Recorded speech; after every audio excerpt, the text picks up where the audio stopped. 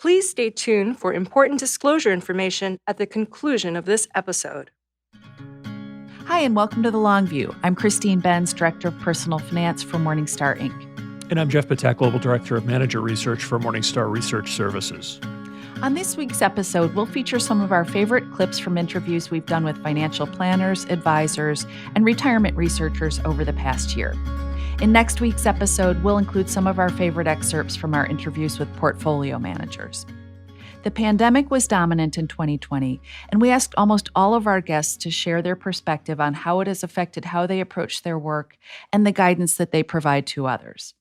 Top of mind for Washington Post columnist Michelle Singletary was the importance of people at all income levels holding liquid reserves to tide them through economic shocks like the current one. We often talk about the lack of savings, and right away, people think, oh, it's lower middle income folks who don't have it. But let me tell you that a lot of the people that I work with through my community involvement make six-figure salaries. They have a 401k or a 403b, and they're saving for retirement, and they have no cash cushion. They are living paycheck to paycheck. And so this pandemic hit them hard too. Maybe they have reduced hours or they're trying to help other relatives and they have nothing to pull from. And so it's so crucial to have that emergency fund at all income levels. And it's sometimes harder to persuade people who are making good money to save because they've got this fat paycheck that is, for the most part covering everything. And they don't feel like they need to put aside money in an account that's not earning anything. Well, many of those people have lost their job during the pandemic. If you worked in the service industry or hospitality and maybe you had a middle, level position as a manager or something, and now you're not working, that fat paycheck isn't coming in. And now they're eyeing their retirement accounts to tide them over. And so I'm hoping that they get the message that no matter what you earn, you have to try to save something. And obviously, if you don't make a lot, that's harder. But if you make good money, you need to use this pandemic and what happened as a wake up call that you need to make sure you have a cash cushion, even as you're saving for retirement and investing, that you still need to have liquid cash so that you don't have to tap those portfolios before you're ready, in your retirement years. Because if you had to tap them now and the market's down, that's heartbreaking that you would have to tap that money. The pandemic appears to have had especially negative economic effects for older workers, a topic we discussed with author Carrie Hannon. So a lot of your work over your career, Carrie, has been around how midlife and older workers can continue working, continue to have fulfilling careers. Let's talk about how older workers have done during this pandemic in terms of simply hanging on to their jobs. The early data would indicate that they have been kind of a hard-hit cohort through this period. Yeah, you're absolutely right. It has been a tough slog, and I don't have the most recent numbers in front of me. But even anecdotally, I have seen a lot of older workers accepting early retirement packages. They've been laid off. They've decided, you know what, I don't want to go through this again. The slog of finding a job at this age, over 50 even, can be really difficult. We saw this in the Great Recession in '08. It was, really takes so much longer for someone who is in this age cohort to land a job again. It doesn't mean they can't. The jobs are there, but it does take longer. And as employers are really battening down the hatches and tightening things up and, having to do lots of cost cutting because of loss of business, and especially small businesses certainly have had this issue. So I find it troubling because this is not a good thing at all, because with longevity, the big focus that I've talked about for years is you've got to plan for working longer. If anything, you need to stay on the job as long as you possibly can, because we have no idea what the medical costs are going to be at end of life for us. And we do have these, quote, bonus years, but this longevity that you're going to, at 65, you can definitely do something for another 10 or 15 years. Our generation and the boomer generation is really, no one's been here before. No one has seen this sort of down the road that, yeah, you don't just step out of the workplace. And, work is not a four-letter word. Work is something that we need to embrace and plan for, doing it in different variations. It may not be that primary linear career, but you need to continue working. So yes, I am fearful because of the hit that older workers have taken in the pandemic, because often they were more expensive and easy to cut. So I encourage people to not give up and to try to find ways to stay in the workplace. And hopefully, we'll turn this corner here and look for some of the bright lights and the opportunities that we are seeing from remote work. We discussed retirement planning and portfolios at length in our conversation with retirement researcher Wade Pfau. We asked him to explain his assertion that a 4% initial withdrawal rate is untenable for new retirees. Well, there's a number of factors. People are living longer, and the 4% rule ignores taxes. It assumes investors are not paying any fees on their investments and so forth. But the biggest driver for what I'm talking about right now is the low interest rate environment. Low bond yields mean low bond returns in the future, and there's not really any controversy about that. It's a very close mathematical relationship. If interest rates don't change, today's bond yields will be the bond returns. And then, of course, if you're holding bond mutual funds, well, if interest rates go up, you're going to have capital losses, which make things even worse. Or vice versa. If interest rates decrease further, you could have capital gains. But effectively, future bond returns are going to be very close to today's bond yields. And that means spending from bonds is going to be lower mathematically. And for the 4% rule, it's just based on US historical data where we've never seen interest rates this low. The one time we saw, like, for example, the 10-year Treasury yield fall below 2% was just very briefly in the early 1940s. So if you were just trying to fund retirement with bonds and starting in the early 1940s, you'd be looking at about a 2.5% withdrawal rate for a bond portfolio. But for a diversified portfolio, stocks came to the rescue of bonds in the early 1940s, because this was now after the Great Depression. And stocks were undervalued, going back to that Shiller analysis. Stocks were undervalued in the early 1940s. And so the long-term prospects for stocks were much better at that point. And they did come to the rescue. And for a diversified portfolio, the 4% rule survived in the early 1940s, when it's the only time we saw interest rates low like today. But today we're dealing with this high valuation environment, although in the Less so last now. couple of weeks, less so now. And historically low interest rates, lower than the 4% rule ever had to be tested by. And so it's not as clear how stocks can come to the rescue of bonds. So you're really starting from a position where the 4% rule is under a lot more strain. And it's really sensitive to market returns. Like, if you just take historical average data and plug that into some sort of financial planning calculator, which is kind of the naive approach that still gets used today, that will be assuming you're going to have 5 to 6% bond returns in the future. The 4% rule looks like it's going to work 95% of the time. But if you just lower returns to account for lower interest rates, and because of this idea of sequence of returns risk, it's even if interest rates normalize later to their historical averages, that's kind of too late if you're retiring today. Based on those kinds of projections, you're going to be looking at the 4% rule working more like 60 to 70% of the time. And that's usually not the amount of safety people want. That if you want that kind of safety of at least getting your strategy to work 90% of the time, the lower interest rates are going to push you towards something like 3% being a lot more realistic than 4% as a sustainable strategy in a low interest rate environment. Financial advisor Jonathan Guyton has done extensive research on the topic of flexible withdrawal rates in retirement. We asked him how that would work in practice. How do you inculcate your clients in a flexible withdrawal approach when perhaps many of them are accustomed to thinking of withdrawal as sort of a straight line type of rate? Right, right. Well, it's funny because I think one of the things that has helped me the most is that my full-time work is not as a researcher or a writer or anything like that.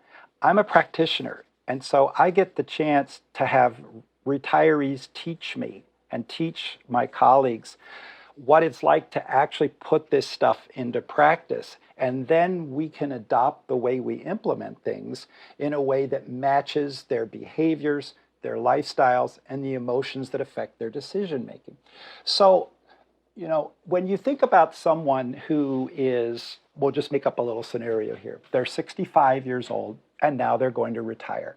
And if they've made choices along the way where they have put money away for retirement, and we know that over the last 40 years, they have had variations in their income.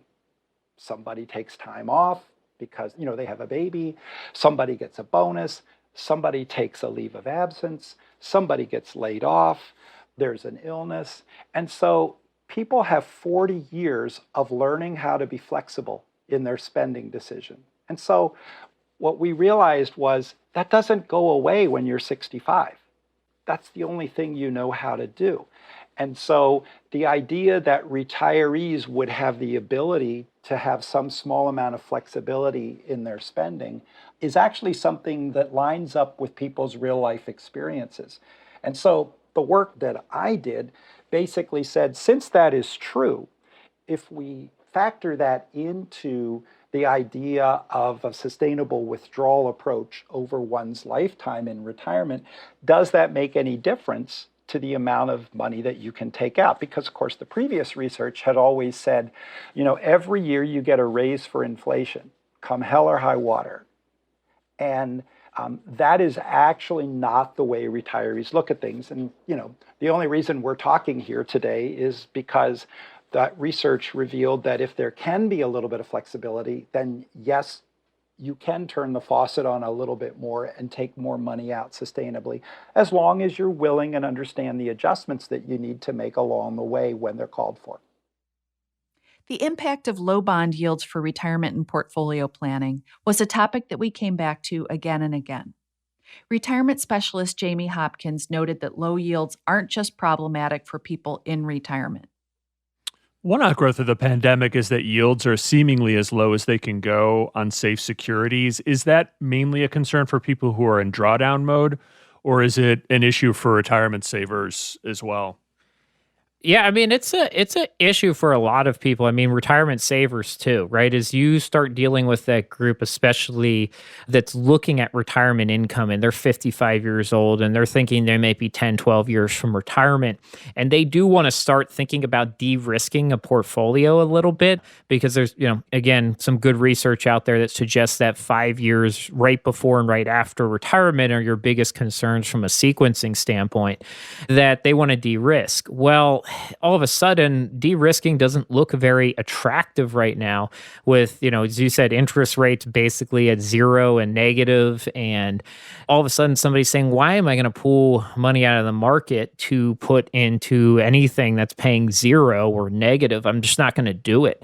And so we 100% run into clients like that now that are probably, in my opinion, starting to get overweighted in the market because they don't feel that they have a good, safe kind of investment or safer investment style option.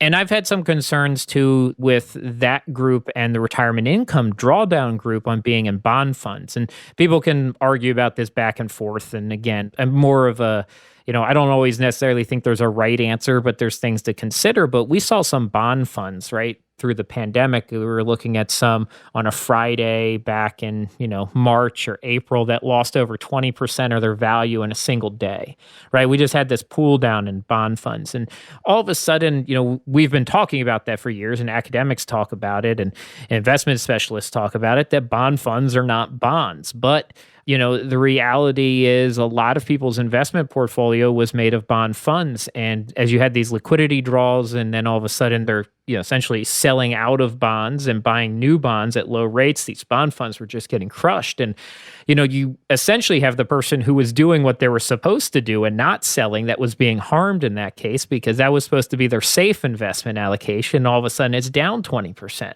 And then all of a sudden that person saying, why am I in my safe investment losing 20% when I might as well just be in the market for the upside?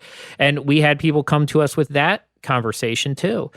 And insurance products, which would have been nice to buy into probably in the fall, a lot of their interest rates now is tied to the overall Fed rates too have come down. And I don't think there's a lot of appealing options out there for people today. And that's a true challenge. Where are you going to be properly allocated today if you do need returns either you're still saving or your returns from income generation drawdown perspective. Many retirees rely mostly or even exclusively on Social Security for their living expenses. But the Social Security Trust Fund was under stress even before the pandemic. We discussed the topic in depth with Mary Beth Franklin, an investment news columnist and an expert on Social Security. The latest report from the Social Security trustees indicates that the Social Security Trust Fund will run out by 2035 if no action is taken to shore it up, and that doesn't even take the pandemic into account. So the question is, how concerned should we be about the health of Social Security overall? Well, that's a great subject to bring up, Jeff. And you are correct. The latest Social Security Trustees report was compiled before the pandemic. So it essentially said the combined old age survivor and disability trust fund would run dry around 2035, which is the same estimate as the previous year. There are other think tanks that watch this closely, and they said, no, probably it's going to be a lot sooner than that, possibly by the end of this decade, 2029. Why is that? A recession has a severe impact on the Social Security Trust Fund for three reasons. One, those payroll taxes that we pay with every paycheck is what funds Social Security. The money is specifically earmarked to fund Social Security. When you have 40 million people out of work, they and their employers are not paying FICA taxes. So less money is going into the trust fund.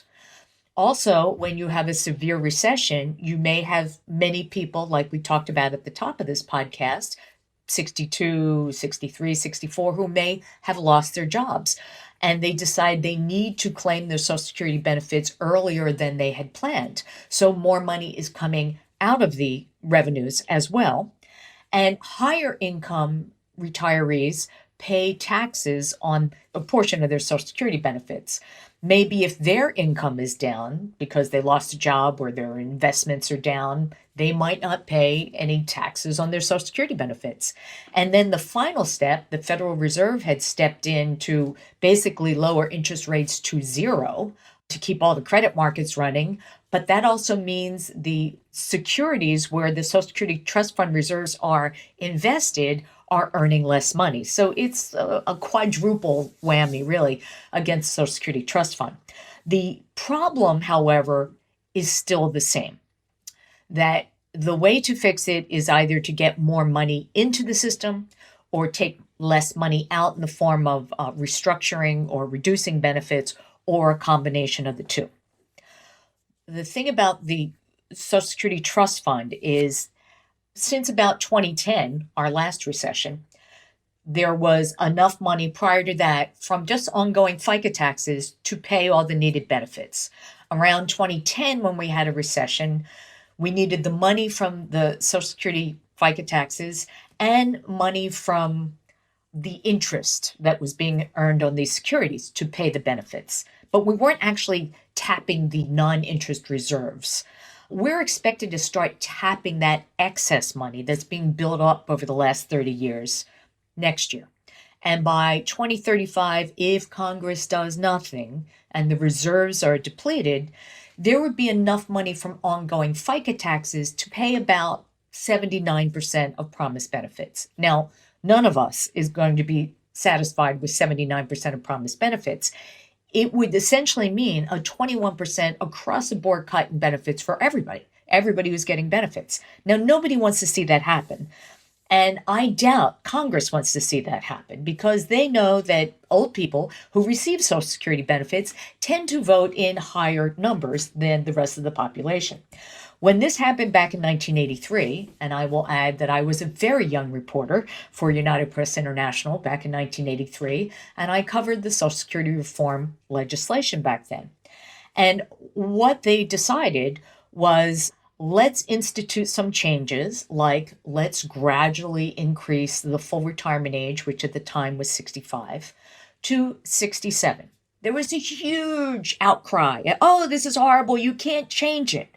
Well, that was nearly 40 years ago, and that part of the legislation has not been fully implemented yet because people born in 1960 or later whose full retirement age is 67. That doesn't kick in until 2027. Congress gave us more than 40 years to get used to changes like a higher full retirement age and taxing some Social Security benefits for the first time and a few other changes like that. The sooner Congress steps in to make needed changes, the easier it will be for the population to adapt. And I like to be the optimist and say, if you had asked me in January 2020, could Congress get together to agree on anything? I would have said no way. But as a result of the pandemic and the crisis, we saw that in a crisis, our lawmakers actually can work together. And that does give me hope that Congress will address the shortfall of the Social Security reserves as soon as it gets the COVID problem under its belt, because it has demonstrated during this recession how incredibly valuable the guaranteed income of Social Security is and why it's imperative that they fix it for current and future retirees. During the course of the year, we had several conversations about what might be referred to as financial life planning, aligning financial resources with bigger picture objectives and values. We asked financial advisor and author Tim Maurer about whether the pandemic was giving people the opportunity to think more deeply about their lives. Well, just experientially, I feel like it has. I feel as though the pandemic has taken all of us to a place where we are more attuned to the deeper matters of life. And maybe it's just because we're all experiencing pain at various levels, Christine, but I think that it has just simply taken us to a deeper place in life. We're asking those bigger questions that when everything is just going great, we don't have as much of a tendency to ask. So people are going down a few layers as opposed to just looking at things on a superficial level. So they're not just looking at portfolio returns, even though that might have been one of the first things that just scared them to death in the middle of March when the market was going crazy. But it's now leading to some of those deeper questions. And I do indeed believe that financial life planning is one of the best ways for people to navigate those types of big life questions and decisions. Financial advisor Lizetta Rainey Braxton corroborated that the pandemic had changed the types of conversations that she was having with her clients. What we're seeing now is people really are allowing themselves to dream even more. With financial planning, we like to say, let's put everything on the table. And we can decide based on what your goals are, your values are, and the trade offs of what should come off the table and what should be added on. And so now there's a heightened appreciation for life. With this pandemic, people are thinking about what really matters to them. And we're seeing that they're living into their financial plan. They've been great savers, been very prudent with their finances, and now venturing a little bit more in terms of reshuffling what's important to them, whether it be buying a second home or investing in, a startup, because a lot of innovation happens during crisis. A lot of people don't think about that. But when things are tough, that's when you are most creative oftentimes. We discussed aligning goals with financial resources at length with financial advisor and author Carl Richards, whose sketches impart complex financial concepts in an easy to understand way. So I wanted to ask you about one of your famous sketches, and for our listeners who aren't familiar with your work, I think that they can readily find it online, but they sort of look like napkin sketches, and I hope you don't take exception to that, but they're very effective in their simplicity. It's basically a Venn diagram. And the one I wanted to ask you about, there are two overlapping circles. One is marked your use of capital, and the other what's important to you. And the overlapping area is marked real financial planning. And so my question is, how can advisors hone their skills in providing the type of advice you suggest that's in the overlapping portion of that circle? Are there any resources you'd recommend? Sure. Yeah. And Jeff, I got to tell you, funny, like I used to get, it's really funny. I love hearing people describe what they are, because we cartoons, but that implies way too much skill.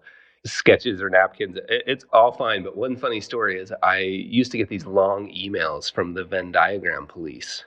telling me why these things weren't Venn diagrams. And I used to engage. Like I'd write back these long defensive things, and then finally I just decided, yeah, you're right. It's actually a circle sketch. So we can call it whatever we want. But I think there's a couple things that go into this, and this is useful both for advisors and for the people listening that aren't involved in this industry, is remember there's two circles there, right? Like there's two things we have to figure out. Your use of capital. Another simpler way to say this would be your values and your money, or your money and your life, right? So use of capital. And then the other one was what's important to me. Getting clear about what's important to you is really hard. I mean, I used to think that was like, oh, that'll be the simple part. It's really hard. And so it turns out that we've got all this stuff going on with mimetic desire, and I think it's only been made hard through just like the Instagram life problem that we all have. Getting clear about your goals is hard. And I think that it's not a destination, it's a process. It's a journey. And the only way to figure that out, and I think advisors can get good at this, but we all individually need to get good at this too, is you sort of just make a guess, right? Like one of my friends refers to it as placing bets. Like, I think this thing over here will kind of make me happy. We can relax a little bit. I find as soon as I use the word goals, people are like, like there's so much pressure. Like I love to just call them guesses. Like relax, just guess. Like, where do you think you want to go? We place a little bet that way. All right, we take a step. And when we take this new step, we start aligning our use of capital to help us get that direction. Let's say we think that it's important that we provide an Ivy League education for our kids. I don't know, I'm making something up. Like, we think it's important that we take that trip 5 years from now. Like, we think it's important that we retire. Whatever it is, we make a guess. We start moving that direction. And then we need to realize, like, planning, and I think this is a big part of the problem, guesses and planning, it all sounds so serious. And it all sounds like written, like carved in stone. And if we start to lighten up a little bit and realize, like, these are guesses, let's not worry about being right today. Let's not focus on being right today. Let's focus on being a little less wrong tomorrow. And so that first circle, like, what's important to you? You don't know. Like, every time I've asked somebody that question, they've had some idea. And so we write that down and then we review it. So that's the first area. And then aligning your use of capital, obviously that becomes just much more about sort of tactical financial planning and investment portfolio design. If we know where we want to go, it's much easier to decide, do we want to take a train, a plane, or an automobile to get there? But I'm finding most of the time people are arguing about train, plane, or automobile, and they've never had the discussion about where you're going. So the shorter version of that answer would just be like, place a couple bets, like make a guess, head that direction. I like thinking, make a guess, take a step forward. When you take that new step forward, what will become available to you is new information, just literally by the fact that you're in a new location. When you get that new information, incorporate it in the sort of complexity literature. They say, solve for the next local optimum and then reset. That's all it is. It's a game, and we should just relax a little bit. And I don't mean game like it's not serious. It's super serious. But that's the complexity on the other side of that simple image. Author and financial expert Ramit Sethi also made the point that a financial plan has to begin with the process of goals discovery beyond the numbers. I find that the minute anyone starts talking about money, whether it's in a financial advisor's office or reading a 401k brochure, they're already on defense because most people don't know about personal finance, but they know enough to know that they're doing something wrong. And that's not a good sign to help them absorb and learn and make moves. So if it were up to me and I were advising financial advisors on their primary first conversation, there would be no math allowed. There would be no compound interest. There would be no words like estate allowed. Not at all. The questions are human questions that you might ask your children or your friends or parents. What's important to you? What do you want to do with your life? What does your rich life look like? What if you could spend more on that? These are questions that any person can answer, and they actually want to answer it. People desperately want to talk about their dreams. But until we get that down and set some foundational context for what their vision is of their future, then no amount of interest rates and returns and expense ratios are going to matter. And I can tell you that many of us have experience with people who end up in their 60s, let's say. They have some money, but they have no idea what to do. No idea what to do with it. They saved and they did all the right things, but they forgot the most important thing, which is to have a reason why. I remember I was having dinner with somebody in their 60s, and I asked him, if you could go back and give yourself advice in your 20s, what would you tell yourself? And he thought about it for a second, and he said, save more. I would have saved more. And I happen to know his financial situation. He's done fine. He has money. I said, if you'd saved more, what would you have done with the extra money? You've got money now. What would you have done with some extra? And he looked at me stumped. It is reflexive. It's almost religious in our culture to save money. Now, that doesn't mean we do it. There's just words around and there's all these commercials out there telling people save and invest in 401k and this and that. Doesn't mean we do it. But what we lack is asking people why. What do they want to do? And pushing them on it, not accepting the first typically lazy answer. I want to do what I want, when I want. Well, what is that? When you get into that, then suddenly people are much more receptive to these foundational concerns of retirement and tax-advantaged investing, etc. Finally, we asked author Brian Portnoy to discuss whether some financial advisors are well equipped to have these sorts of conversations with their clients. You alluded to it before, but there's the potential for a skill mismatch. It's possible that some investment advisors who are very much at home discussing things like, bond convexity or Sharpe ratios or maybe Roth conversion, stretch IRA, you name it, are less comfortable sitting down to discuss their clients' aspirations. And so, based on the work that you've done with advisors and the conversations you've had, how do they sort of skill up or evolve as they'll need to in order to stay relevant to these clients? Yeah, it's a really good question. And Jeff, there's a sample bias in who I talk to because I'm not interested in converting. I'm more interested in selling Bibles. So if someone wants to be a stockbroker and they think all of this financial coaching stuff is goofy and silly, that's totally fine. I'm not going to try to convince them to be somebody that they're not. The challenge is neither the hardcore broker who just wants to be wheeling and dealing in the market, nor is it the financial therapist who, literally and figuratively puts their clients on the couch to talk about deep-seated issues. It's everybody in the middle who is, in one way or another, pursuing something called goals-based wealth management. And to, Christine's point or question just a moment ago, that phrase, quote unquote, goals-based wealth management was sort of invented by some big wirehouse firms who wanted a different wrapper for the same old sales jargon. So if an advisor is interested in talking with their clients about bond convexity and, particular diversification strategies or sector rotation, I think number one, there's a decent chance the client has literally no idea what they're talking about.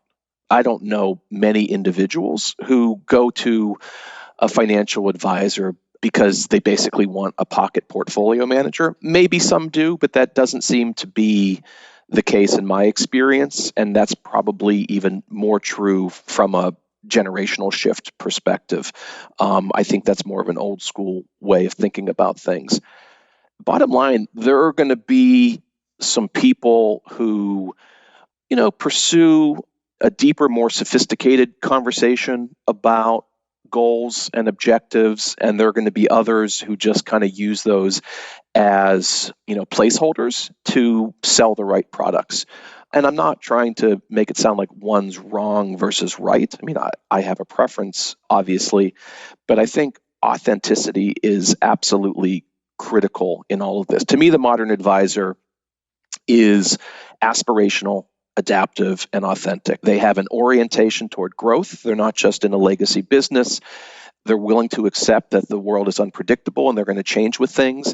And then finally, they're going to just be who they are to their clients and not try to be somebody else, because people can pick up on that almost immediately. To me, one of the cool things about the wealth management industry is that it's so large. There are so many advisors and so many clients and potential clients that everything is on offer. And, just a matter of mapping up people with like minds who can do good work together. Thanks for listening this past year.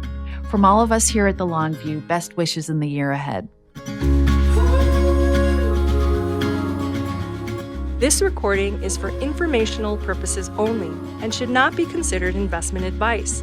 Opinions expressed are as of the date of recording.